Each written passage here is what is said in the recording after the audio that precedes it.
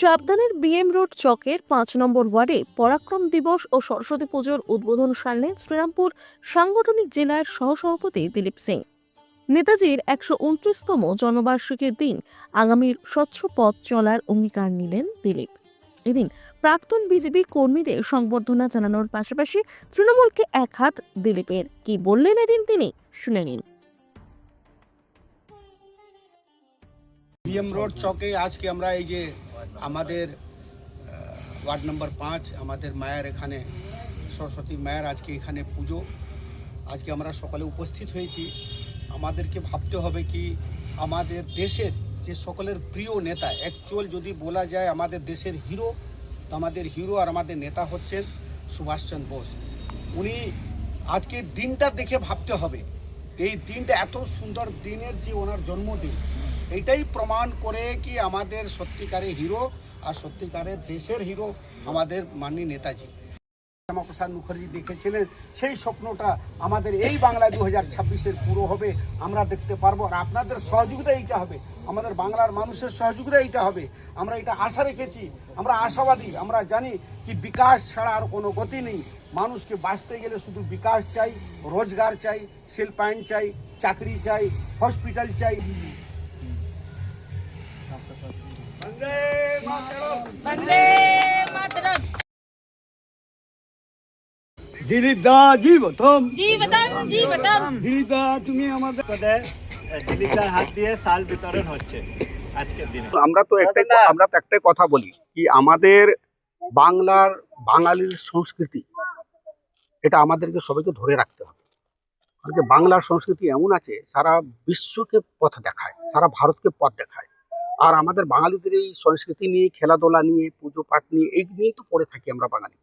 সারা ভারতবর্ষে দেখবেন কি বাঙালিরা যেরকম ঘুরতে যান, আর পুজোটা যেভাবে আমাদের বাংলায় হয় সেটা কি কোনো স্টেটে হয় না, আমাদের এখানেই হয় সেটা।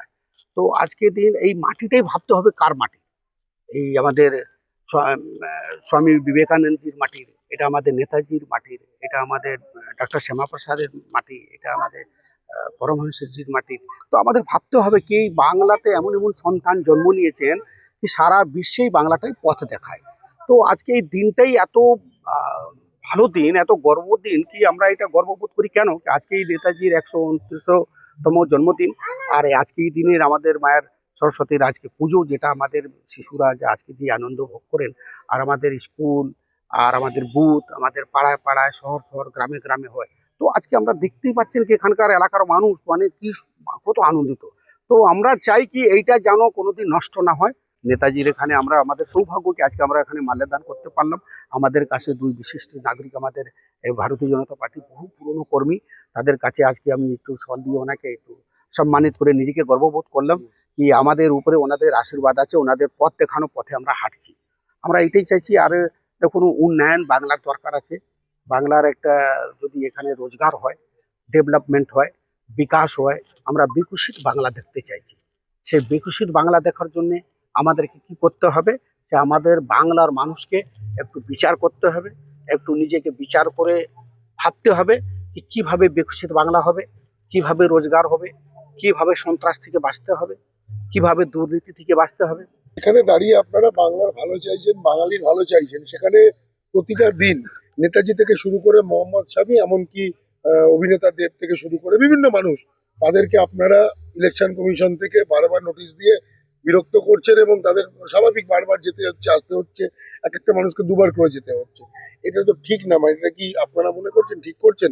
প্রশ্ন সরকারের তরফ থেকে। দেখুন সরকারই তো গন্ডগোল করছে, এটা তো এখানে বিজেপি তো নেই। আপনি একটা এসডিও অফিসে থেকে দেখুন, আজকে এসআইআর যদি কোনো জিনিস করা হচ্ছে, যদি আপনাকে বলে আপনার পাসপোর্ট রিনিউ করতে হবে, কি খারাপ কথা বলেছে? করবেন না? করবেন কি করবেন না? আজকে যদি আপনাদেরকে লাইসেন্স রিনিউ করতে হয় তো করবেন কি করবেন না? করবেন তো। আজকে পাসপোর্ট যদি রিনিউ করতে হয় করবেন কি করবেন না? তার মানে ভোটার কার্ডটা যদি রিনিউ করতে হয় করবেন না। তার মধ্যে ওর খারাপ কি আছে? আমাদের বাংলায় সেটা কষ্ট হচ্ছে কেন, আর তৃণমূলের কষ্ট হচ্ছে কেন? মানুষদের তো কষ্ট হচ্ছে না। আজকে এসডিও, ভিডিও অফিসার, তৃণমূলের নেতা, তৃণমূল কাউন্সিলর, এমএলএ অবধি ওই ভিডিও অফিসে কেন যাচ্ছে? মারধর করা হচ্ছে। আমার বাড়িতে এই দুটো ভোটারকে, আমার বইয়ের বাবার নাম রামচন্দ্র সিং, সে ওকে আছে, আমার শালার বাবার নাম রামচন্দ্র সিং, তাকে আবার ডাক পাঠিয়েছে। এটা তো বুঝে যাচ্ছে কি ইচ্ছা করে এরা ভুয়ো ভোটকে বাঁচানোর জন্য এই চক্রান্ত চলছে মমতা ব্যানার্জি। মমতা ব্যানার্জি তো বুঝতেই পারছেন কি ভুয়ো ভোটে যদি না থাকে উনি জিতবেন না। সাধারণ মানুষ যদি ভোট দেন মমতা ব্যানার্জি হেরে যাবেন, তৃণমূল এখান থেকে মুছে যাবে।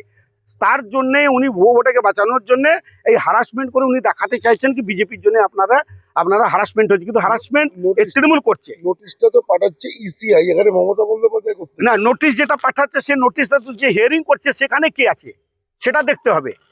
এই নোটিশটা কারা পাঠাচ্ছে? যদি আমি ডাইরেক্ট বলছি কি যে সিআরকে বলছে না, তাকে যদি বলি অনলাইন যখন আমার চলে এসছে আমাকে ডেকেছে, তখনই বলবে তখন ভিডিওকে ধরুন, ভিডিও ধরা পড়ে যাবে। আপনাদের কথাটা বুঝতে হবে। আজকে ভিডিও যখন ওনার যখন সবকিছু চলে এসছে অনলাইন ওনার ক্লিয়ার দেখাচ্ছে, তারপর ওনাকে নোটিশ কি করে পাঠালো? এটা তো নোটিশ দিল্লি থেকে পাঠাচ্ছে না, এটা ভিডিও অফিস থেকে পাঠাচ্ছে। তারা হারাসমেন্ট করছে ডেকে ডেকে। সবকিছু ঠিক আছে, তাতে বলছে না এইটা একটু দেখুন, এইটা করুন, আর ওখানে কেউ আর ঢুকতে পারবে না, ও তৃণমূলের নেতারাই থাকবে। এদের চক্রান্তর জন্য হানাস্তান হচ্ছে এখানকার মানুষ, আর হারাসমেন্ট হচ্ছে এখানকার মানুষ। কিন্তু মানুষকে শুধু মমতা ব্যানার্জি ভাবছেন কি এরকম যদি আমরা করি মানুষ একটা বিক্ষোভ হবে বিজেপির পক্ষে, ওনার একটা ভয়ের জন্য এইসব কারচুপি করছেন উনি। কিন্তু এগুলো চলবে না, সাধারণ মানুষ বুঝতে পারছেন। এই হারাসমেন্টটা করার দায়ী পুরো দিদি হচ্ছেন। সব জায়গায় এসআইআর হচ্ছে, কোনো জায়গায় কোনো কিছু হয়নি। বাংলায় উনি কি করে বলেছেন এসআইআর হতে দেবো না? ওনার এই কথাটাই তো ধরা পড়েছেন। যদি উনি আগেই বলতেন এসআইআর হওয়ার কথা, ভালো জিনিস, তাহলে ঠিক হতো। কিন্তু উনি যখন বাধা দিচ্ছেন তার মানে এসআইআর নিয়ে ক্ষতি ওনার আছে, ভয় ওনার আছে, মানুষের ক্ষতি নয়। এই অপশাসন থেকে বাঁচতে গেলে তৃণমূলকে সরাতে হবে।